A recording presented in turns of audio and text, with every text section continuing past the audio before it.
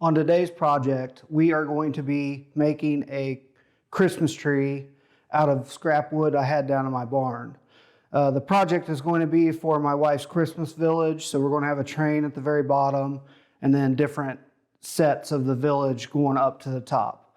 So she always wanted a better place to store it during Christmas, so we usually used our bay window or on top of the buffet table.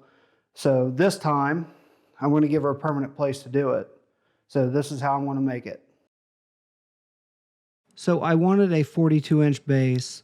So what I did is divided that by 2, and that gives me my center point. So when I put a screw in the center of that center point and go out half of 42, it'll give me a full circle. And what I'll do is I'll take a piece of string and tie it in a loop and put it onto my marker. That way I can get the exact circle that I need. And then I will repeat this process over and over until I get down to a foot. So I'm going to measure and take off 6 inches each tier of the Christmas tree.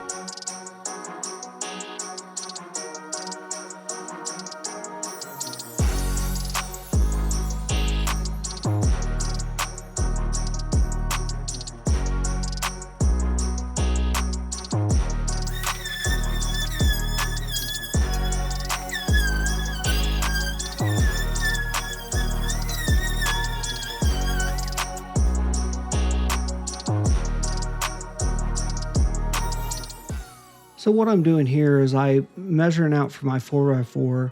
I'm actually going to cut this part out. That way it goes through down my 2x6 in the bottom.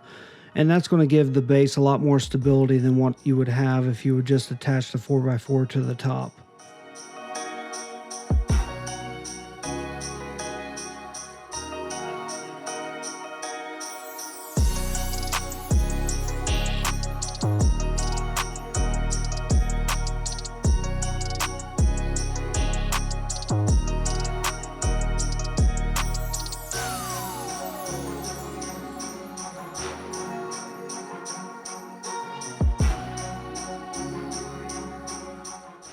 So what you can see here when I flip that over is I just took some scrap 1-bys that I had to give it like a little bit of stability and give me attach points to the trim I'm going to put around the edge of it.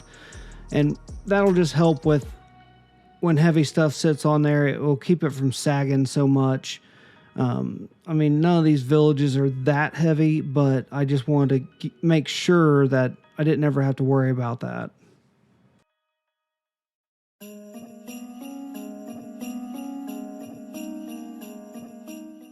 So what I'm installing here is just basically an alignment guide. I'm going to pull that off later, but it just keeps me centered. That way I can get the 4x4s in the center every time. So once I attach this one, then I'll just repeat the process over and over. And then when I'm done, I'll go ahead and remove all these.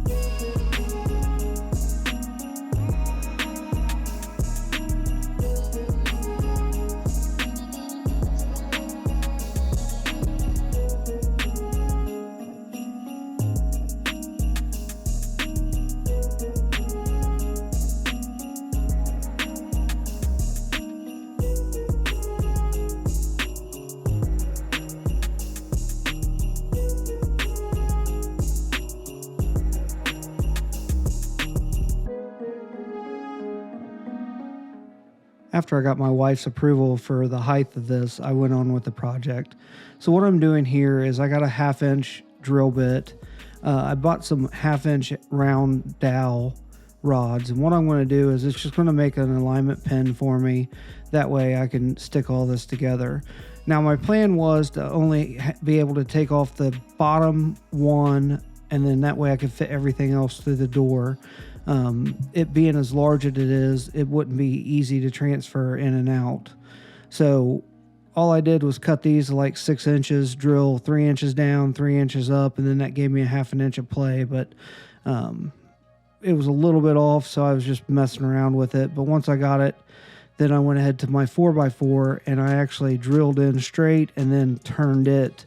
That way I could countersink some screws down into the 4x4 below.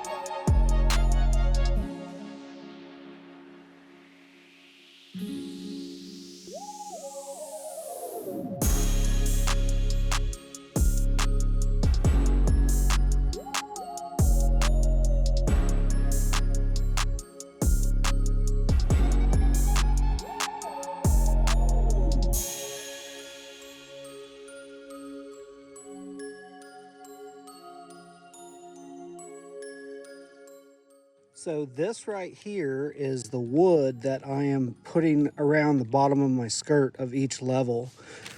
But I need it to bend, and I had free water here, so what I'm doing is soaking these, and you can see how well they bend. What it does is it hydrates the wood. That way it'll bend without breaking. See how flexible she is? So that's all I'm trying to do, is hydrate the wood so it'll bend.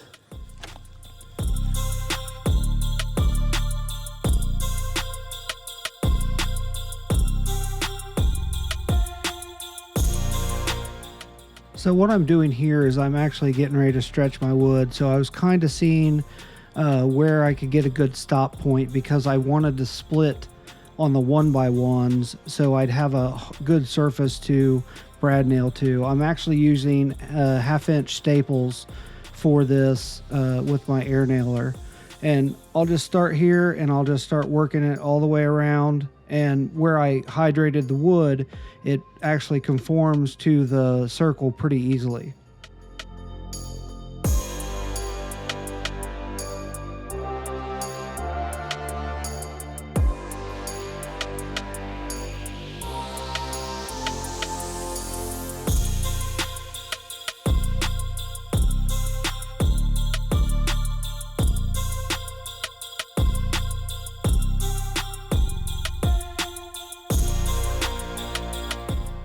So I really didn't want a sharp edge on the top of this, so I took a 1/4-inch roundover bit and I tested it on a piece of wood before doing this.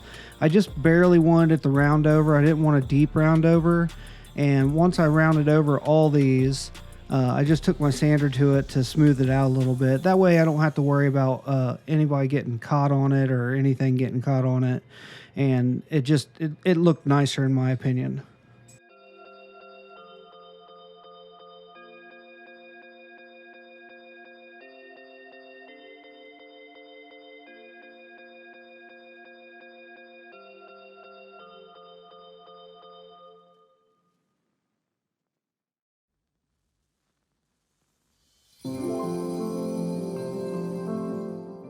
So I painted the 4x4s green. That way I'm going to wrap them with garland so it'll kind of blend in.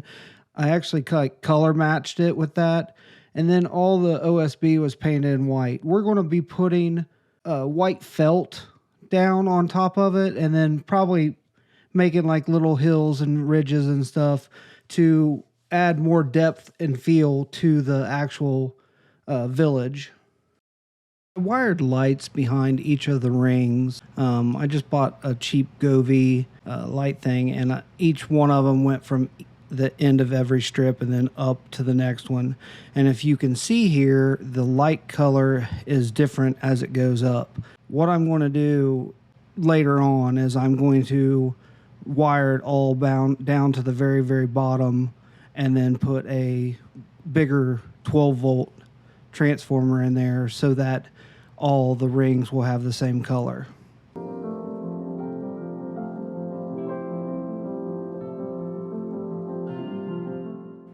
Well, here it is, all finished. And as you can see, I have plenty of room for expansion.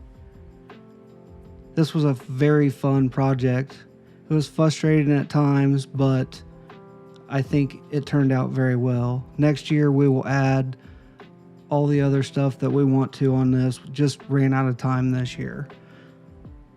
If you like this video, please follow, like, subscribe. And until next time, I'll see you later.